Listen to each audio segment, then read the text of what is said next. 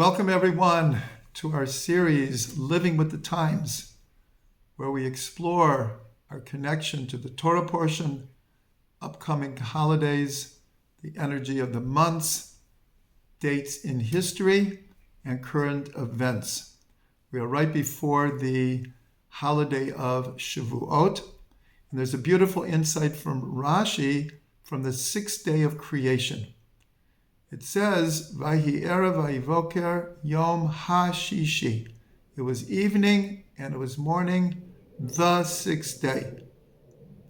And Rashi asks, why does the sixth day have to end with the letter He, the sixth day? He points out it doesn't say the second day.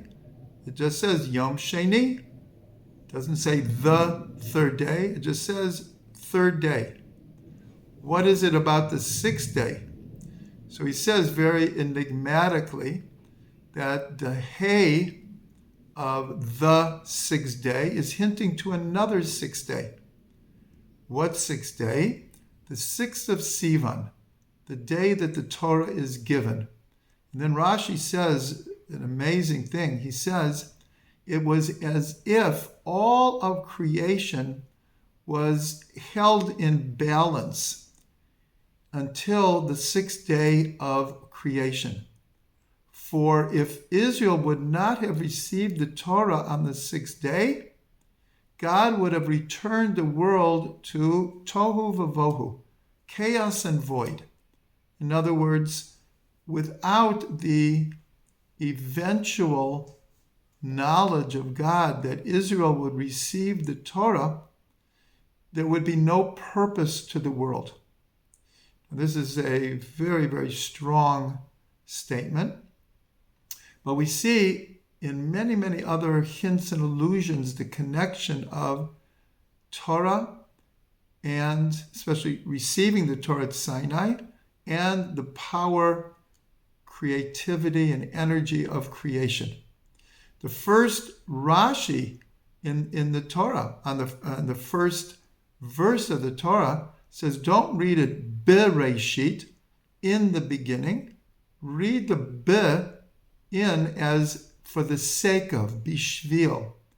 And he says Bishvil, the Torah, which is called Reshit, the beginning. In the beginning, God created the heavens and the earth. Well, the Torah also is called the beginning. And Israel is called the beginning of God's produce. So Rashi says right in the beginning that the purpose of creation was for Torah and for Israel. Well, when do those two things really come together? That is at the giving of the Torah, which we celebrate this Shavuot. Another beautiful hint is that the first verse of the Torah has 7 words and 28 letters. 7 words are hinting to the 7 days of creation. 28 means power, koach. The verse introducing the 10 commandments has the exact same structure, 7 words and 28 letters. V'yomer Elokim et kol ha'devarim ha'ela le'mor. So we see that there's a parallel between creation and the power of creation and the power of the Torah. God revealed himself at Sinai as he had never done before and never since. It was a recapturing of the energy of creation. And so the power of Torah is the power of creation. And in fact, we refer to God as giving the Torah mipi hagavura, from the mouth of strength. And we notice that in the 7 days of creation, the only name of God used is Elokim.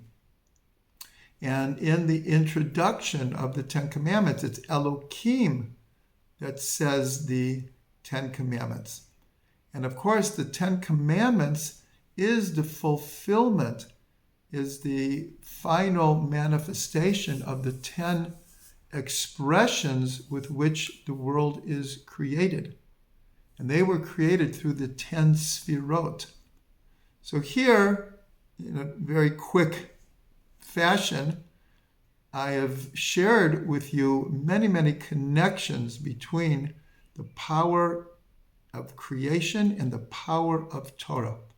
And so very simply, when we learn Torah, when we observe the Torah, we do the mitzvot, and we connect to the actual, not just energy of creation and the light of God, but the very purpose for which God created the world.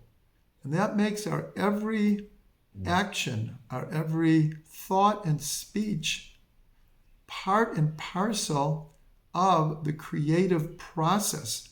We become partners with God in fulfilling the purpose of creation.